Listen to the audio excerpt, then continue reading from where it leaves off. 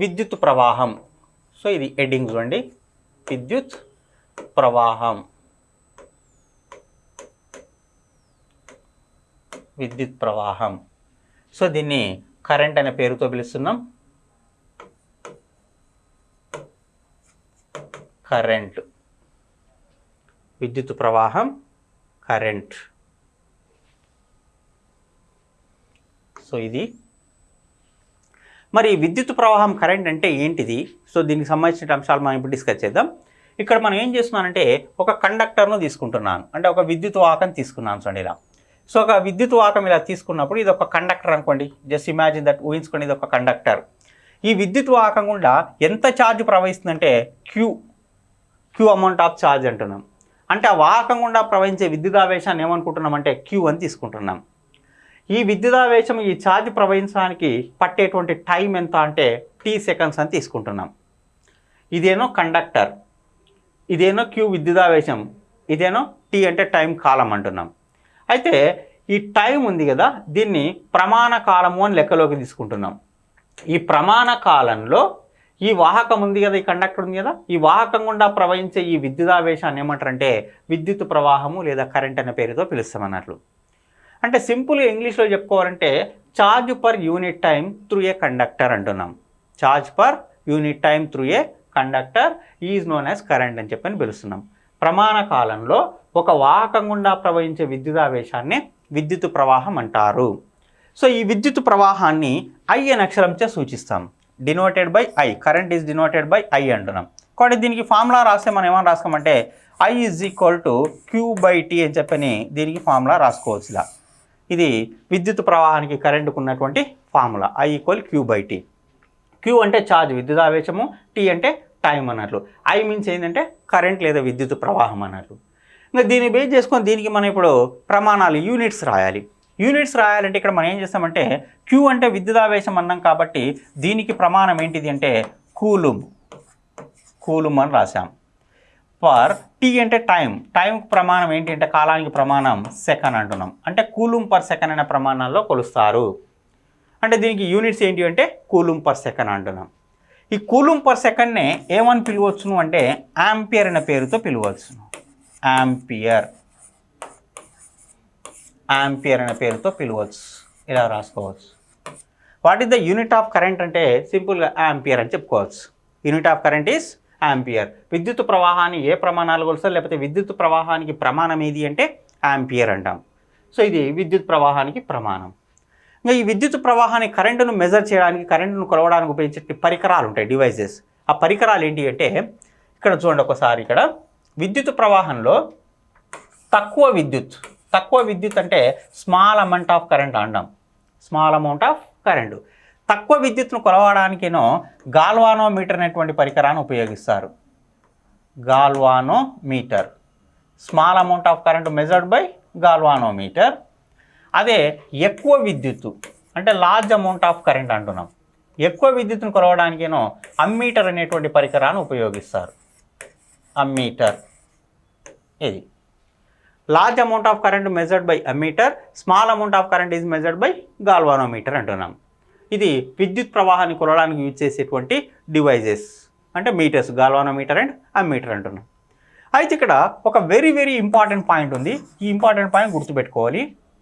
So ఆదర్శ ammeter యొక్క నిరోధం ఎంత అని అడుగుతాడు. ఆదర్శ అమ్మీటర్ అంటే ఐడియల్ అమ్మీటర్ అన్నట్లు. ఆదర్శ అమ్మీటర్ అంటే ఏమన్నట్లు? Ideal ammeter. So what is the resistance of ideal ammeter అంటాడు. What is the resistance of ideal ammeter? ఆదర్శ అమ్మీటర్ యొక్క నిరోధం విలువ. నిరోధం అంటే ఇక్కడ రెసిస్టెన్స్ అన్నట్లు. నిరోధం అంటే రెసిస్టెన్స్. దీని యొక్క నిరోధం విలువ ఎంత అంటే 0. వెరీ ఇంపార్టెన్స్ అండి. ఆదర్శ అమ్మీటర్ లేదా ఐడియల్ అమ్మీటర్ యొక్క రెసిస్టెన్స్ వాల్యూ, నిరోధం విలువ ఎంత ఉంటుంది అంటే 0 ఉంటుంది అని గుర్తుపెట్టుకోవాలి. అదే ఆదర్శ వోల్ట్ మీటర్ అనుకోండి, అమ్మీటర్ ప్లేస్లో వోల్ట్ మీటర్ ఇచ్చారనుకోండి, ఐడియల్ వోల్ట్ మీటర్ అనుకోండి, అప్పుడు దాని యొక్క రెసిస్టెన్స్ వాల్యూ ఎంత ఉంటుందంటే ఇన్ఫైనైట్ ఉంటుంది. అంటే ఇన్ఫినిటీ అంటే దాన్ని అనంతము అని తెలుగులో చెప్తాం అన్నట్లు. సో ఇక్కడ ఈ ఆదర్శ అమ్మీటర్ మాత్రం చెప్పాను. ఇది వెరీ ఇంపార్టెంట్ పాయింట్, దీన్ని గుర్తుంచుకోండి. సో ఇది మనకు ఉన్నటువంటి విద్యుత్ ప్రవాహానికి సంబంధించింది.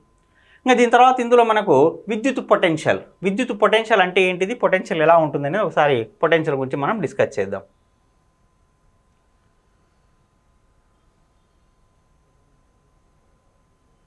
సో ఇక్కడ విద్యుత్ పొటెన్షియల్,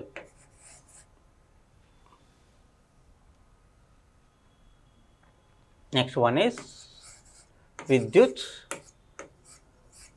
పొటెన్షియల్, ఇంగ్లీష్లో ఎలక్ట్రిక్ పొటెన్షియల్ అంటాం.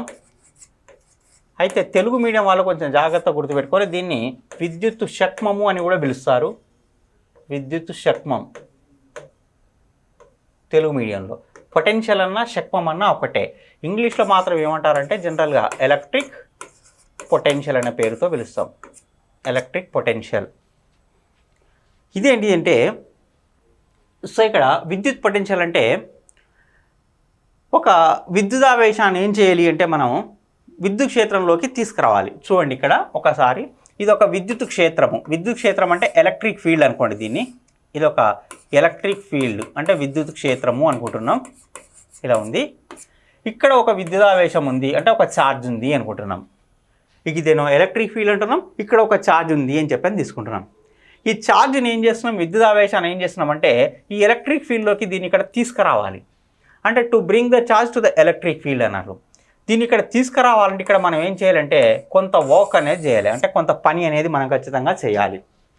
అంటే ఇక్కడ పని ఎందుకు చేస్తున్నామంటే ఈ విద్యుదావేశాన్ని విద్యుత్ క్షేత్రం లోపలికి తీసుకురావడానికి ఇక్కడ మనం పని చేస్తున్నాం.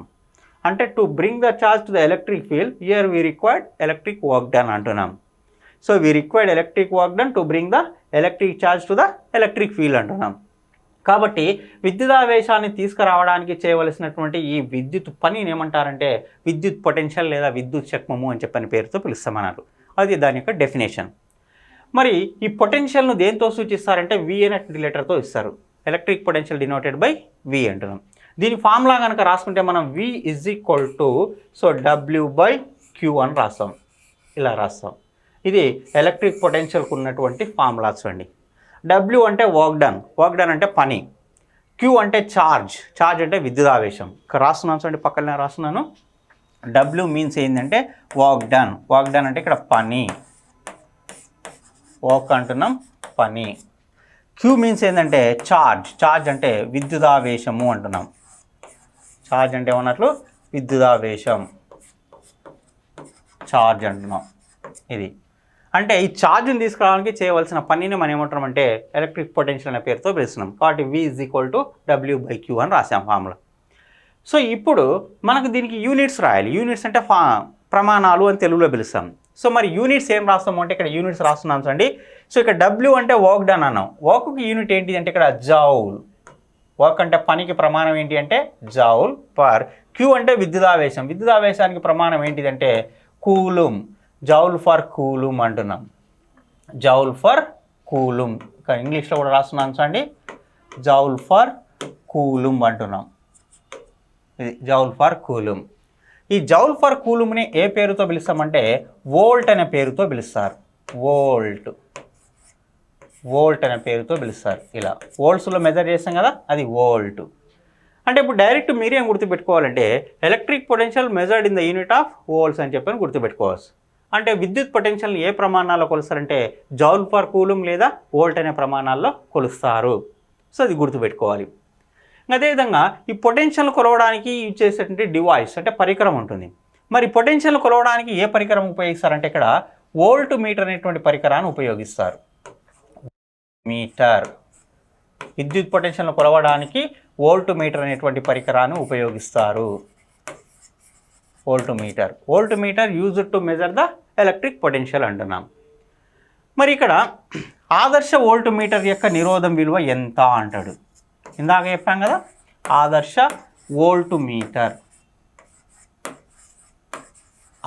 వోల్ట్ మీటర్ దీన్నే మనం ఐడియల్ వోల్ట్ మీటర్ అనే పేరుతో పిలుస్తాం. ఐడియల్ వోల్ట్ మీటర్, ఆదర్శ వోల్ట్ మీటర్. సో దీని యొక్క నిరోధం విలువ అంటే రెసిస్టెన్స్ విలువ ఎంత అంటే ఇన్ఫినిటీ. దీన్ని మనం తెలుగులో అనంతం అనే పేరుతో రాస్తాం. అనంతం అంటే ఇన్ఫినిటీ అంటాం. ఈ పాయింట్ కూడా మనకి ఇక్కడ వెరీ వెరీ ఇంపార్టెంట్ పాయింట్, జాగ్రత్తగా గుర్తుంచుకోవాలి. సో ఇక్కడ ఆదర్శ అమ్మీటర్ యొక్క నిరోధము, ఆదర్శ వోల్ట్ మీటర్ యొక్క నిరోధం, ఈ రెండు పాయింట్లు వెరీ వెరీ ఇంపార్టెంట్. ఆదర్శ అమ్మీటర్ యొక్క నిరోధం విలువ అన్నప్పుడు 0 అనుకున్నాం. సో ఆదర్శ వోల్ట్ మీటర్ యొక్క నిరోధం విలువ అన్నప్పుడు ఇన్ఫైనైట్ అంటే అనంతము అని చెప్తున్నాం. కాబట్టి క్వశ్చన్ అడుగుతాడు ఓసారి, what is the resistance of ideal voltmeter, what is the resistance of ideal galvanometer అని అడుగుతుంటాడు. So resistance of ideal ammeter అన్నప్పుడు 0, the resistance of ideal voltmeter అన్నప్పుడు మాత్రం ఇన్ఫైనైట్ అని గుర్తుంచుకోవాలి. సో ఇది. సో దీంతో పాటు ఇక్కడ ఈ పొటెన్షియల్లో మనం సాధారణంగా జనరల్గా హౌస్ హోల్డ్ కన్జంప్షన్ పర్పస్ అంటాం. అంటే ఇళ్ళలోకి సరఫరా చేయబడే ఎలక్ట్రిక్ పొటెన్షియల్ విలువ ఎంత అంటున్నాం. జనరల్గా మనకి ఇళ్ళలోకి సరఫరా చేస్తాం కదా, ఇళ్ళలోకి మనకి యూజ్ చేసే సరఫరా చేసేటువంటి కరెంట్ ఏది అంటే ఏసీ కరెంట్ను సప్లై చేస్తున్నాం. ఇళ్ళలోకి సప్లై చేసేటప్పుడు ఈ ఏసీ కరెంట్ యొక్క పొటెన్షియల్ విలువ ఎంత ఉంటుంది అంటే ఇక్కడ, సో దీని యొక్క పొటెన్షియల్ విలువ 230 వోల్ట్స్. సెకండ్, దీని యొక్క పొటెన్షియల్ విలువ 230 వోల్ట్స్ ఆర్ 240 వోల్ట్స్ ఉంటుంది. So the electric potential which is supplied to household consumption purpose is 230 volts or 240 volts ఉంటుంది. అదే ఈ ఏసీ కరెంట్ యొక్క పొటెన్షియల్ ఎంత ఉంటుంది అన్నాం కదా, దీని యొక్క పౌనపున్యం చూడండి. పౌనపున్యం అంటే ఇక్కడ ఫ్రీక్వెన్సీ అంటాం. పౌనపున్యం అంటే ఏమన్నట్లు ఫ్రీక్వెన్సీ. దీని వాల్యూ ఇండియా మొత్తంలో కూడా 50 హెర్ట్జ్ ఉంటుంది. ఇది మనకు ప్రీవియస్ క్వశ్చన్, ఇంతకుముందు గతంలో ఒక 2 times అడిగాడు ఎగ్జామ్ పాయింట్ ఆఫ్ లో. So what is the frequency of AC current ఈ supplied for household consumption purpose అని చెప్పని క్వశ్చన్ ఇచ్చాడు ఇండియాలో. అంటే ఇళ్లలోకి సప్లై చేసేటువంటి ఏసీ కరెంట్ యొక్క పౌనపున్యం ఫ్రీక్వెన్సీ వాల్యూ ఎంత ఉంటుందంటే 50 హెర్ట్జ్ ఉంటుంది అని చెప్పండి. సో ఇది మనకు ఉన్నటువంటి విద్యుత్ పొటెన్షియల్, విద్యుత్ శక్మము ఎలక్ట్రిక్ పొటెన్షియల్కు సంబంధించింది అంట. ఇంకా దీని తర్వాత ఈ విద్యుత్ పొటెన్షియల్ తర్వాత నెక్స్ట్ మనకేంటిది అంటే, సో విద్యుత్ నిరోధం. విద్యుత్ నిరోధం కంటే ముందు విద్యుత్ చాలక బలం అంటే ఏంటిది అనేది దాని గురించి చదివిన తర్వాత విద్యుత్ నిరోధం గురించి చదువుదాం. సో నెక్స్ట్ ఏంటిది అంటే విద్యుత్ చాలక బలం, ఎలక్ట్రోమోటివ్ ఫోర్స్ అంటాం. నెక్స్ట్ విద్యుత్ చాలక బలం, దీన్నే ఇంగ్లీష్లో ఎలక్ట్రోమోటివ్ ఫోర్స్ అంటారు. ఎలక్ట్రోమోటివ్ ఫోర్స్, షార్ట్కట్లో దీన్ని ఈఎంఎఫ్ అనే పేరుతో పిలుస్తుంటాం. విద్యుత్ చాలక బలం. విద్యుత్ చాలక బలం అంటే సేమ్ పొటెన్షియల్ మాదిరిగానే ఉంటుంది, కొంచెం డిఫరెన్స్ ఉంటుంది. ఏంటిది అంటే ఇక్కడ మనం ఇందాకనే చెప్పుకున్నాం, విద్యుత్ అనేది ఎలక్ట్రాన్ల రూపంలో ప్రవహిస్తుంది అని. విద్యుత్ అనేది మరి ఎలక్ట్రాన్ల రూపంలో ప్రవహిస్తున్నప్పుడు ఈ ఎలక్ట్రాన్లను ఏం చేయాలంటే అధిక పొటెన్షియల్ కలిగినటువంటి బ్యాటరీ వైపుకు ఎలక్ట్రాన్ పంపించాలి. అంటే అధిక పొటెన్షియల్ కలిగిన బిందువు వైపుకు ఎలక్ట్రాన్ పంపించాలి. అధిక పొటెన్షియల్ కలిగిన బిందువు వైపుకి ఎలక్ట్రాన్ పంపించాలంటే ఇక్కడ బ్యాటరీ అనేది మనకు కొంచెం వర్క్ చేయాలి, కొంత పని చేయాలి. కాబట్టి ఎలక్ట్రాన్లను అధిక పొటెన్షియల్ కలిగిన బిందువు వైపు పంపించడం కోసము బ్యాటరీ చేసేటువంటి పనిని ఏమంటారు అంటే ఇక్కడ విద్యుత్ చాలక బలం అంటారు. అది దాని యొక్క డెఫినేషన్. అంటే the work done by battery, so the work done by battery to transfer the electrons to the high potential points. Work done by battery to transfer the electrons to the high potential point. So that is known as electromotive force అంటున్నాం. అది విద్యుత్ చాలక బలం అంటున్నాం. ఇంకా విద్యుత్ చాలక బలాన్ని ఎలక్ట్రోమోటివ్ ఫోర్స్ అంటున్నాం కాబట్టి దీన్ని షార్ట్కట్లో ఈఎంఎఫ్ అని చెప్పని కూడా సూచిస్తారు. ఈఎంఎఫ్ అంటే ఎలక్ట్రోమోటివ్ ఫోర్స్ అంటాం. సో లేదా దీన్ని కొన్నిసార్లు రాసుకునేటప్పుడు క్యాపిటల్ ఈ అని కూడా నోటేషన్ ఇస్తాం. అంటే it is denoted by EMF or capital E, whatever it may be. EMF అని రాసుకోవచ్చు, క్యాపిటల్ ఈ చేసి సూచించవచ్చు. ఈఎంఎఫ్ వచ్చినా క్యాపిటల్ ఈ వచ్చినా దాన్ని మనం ఏమని గుర్తుపెట్టుకోవాలి, విద్యుత్ చాలక బలం అని చెప్పని గుర్తుంచుకోవాలి. ఇంకా దీనికి కూడా యూనిట్స్ ఏంటి, దీన్ని ఏ ప్రమాణాల్లో కొలుస్తారంటే దీన్ని కూడా వోల్ట్ అనే ప్రమాణాల్లోనే కొలుస్తారు. Volt, it is also measured in the unit of volt. ఈ పేరు ఎక్కడనో విన్నట్లుంది కదా. వోల్ట్ అంటే మనం ఇందాక విద్యుత్ పొటెన్షియల్ దగ్గర చెప్పుకున్నాం కదా, విద్యుత్ పొటెన్షియల్ ఏ ప్రమాణాల్లో కొలుస్తారంటే వోల్ట్ అనే ప్రమాణాల్లో కొలుస్తారు అన్నాం. యాజ్ సేమ్ యాజ్ విద్యుత్ చాలక బలాన్ని కూడా ఏ ప్రమాణాల్లో కొలుస్తారంటే వోల్ట్ అనే ప్రమాణాన్ని కొలుస్తాం. అంటే దీనికి ప్రమాణము వోల్ట్ అని చెప్పి అంటున్నాం, యూనిట్ అనేది వోల్ట్. అదేవిధంగా ఈ విద్యుత్ చాలక బలాన్ని కొలవడానికి యూజ్ చేసే డివైస్ ఏంటి, డివైస్ అంటే ఇక్కడ పరికరం. దేన్ని యూజ్ చేస్తారంటే పొటెన్షియోమీటర్ని యూజ్ చేస్తారు. Potentiometer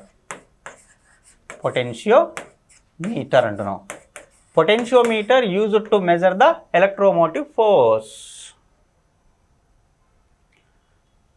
potentiometer used to measure the electromotive force అంటున్నాం. విద్యుత్ చాలక బలాన్ని కొలవడానికి పొటెన్షియోమీటర్ అనే పరికరాన్ని ఉపయోగిస్తారు. ఏ పరికరాన్ని యూజ్ చేస్తాం, పొటెన్షియోమీటర్ అనే పరికరాన్ని ఉపయోగిస్తారు. చూడండి ఇక్కడ పొటెన్షియోమీటర్ దీన్ని యూజ్ చేస్తాం. అదే విద్యుత్ పొటెన్షియల్ కొలవడానికి పరికరం అన్నప్పుడు మనం వోల్ట్ మీటర్ అన్నాం. అంటే electric potential measured by volt meter, electromotive force measured by potentiometer. రెండు వేరు అండి, రెండు ఒకేలా సిమిలర్గా అనిపిస్తుంటాయి. మళ్ళీ పొటెన్షియోమీటర్ అని సిమిలర్గా నేమ్స్ ఉన్నాయి కదా, పేర్లు ఉన్నాయి కానీ చెప్పని గుర్తుంచుకున్నాం అనుకోండి, రాంగ్ అవడానికి అవకాశం ఉంటుంది. కాబట్టి పొటెన్షియల్ మెజర్డ్ బై అన్నప్పుడు వోల్ట్ మీటర్ చెప్పాలి. సో అదేవిధంగా ఎలక్ట్రోమోటివ్ ఫోర్స్ మెజర్డ్ బై అన్నప్పుడు పొటెన్షియోమీటర్ అని చెప్పాలి. సో ఇది మనకు ఉన్నటువంటి విద్యుత్ చాలక బలానికి సంబంధించింది.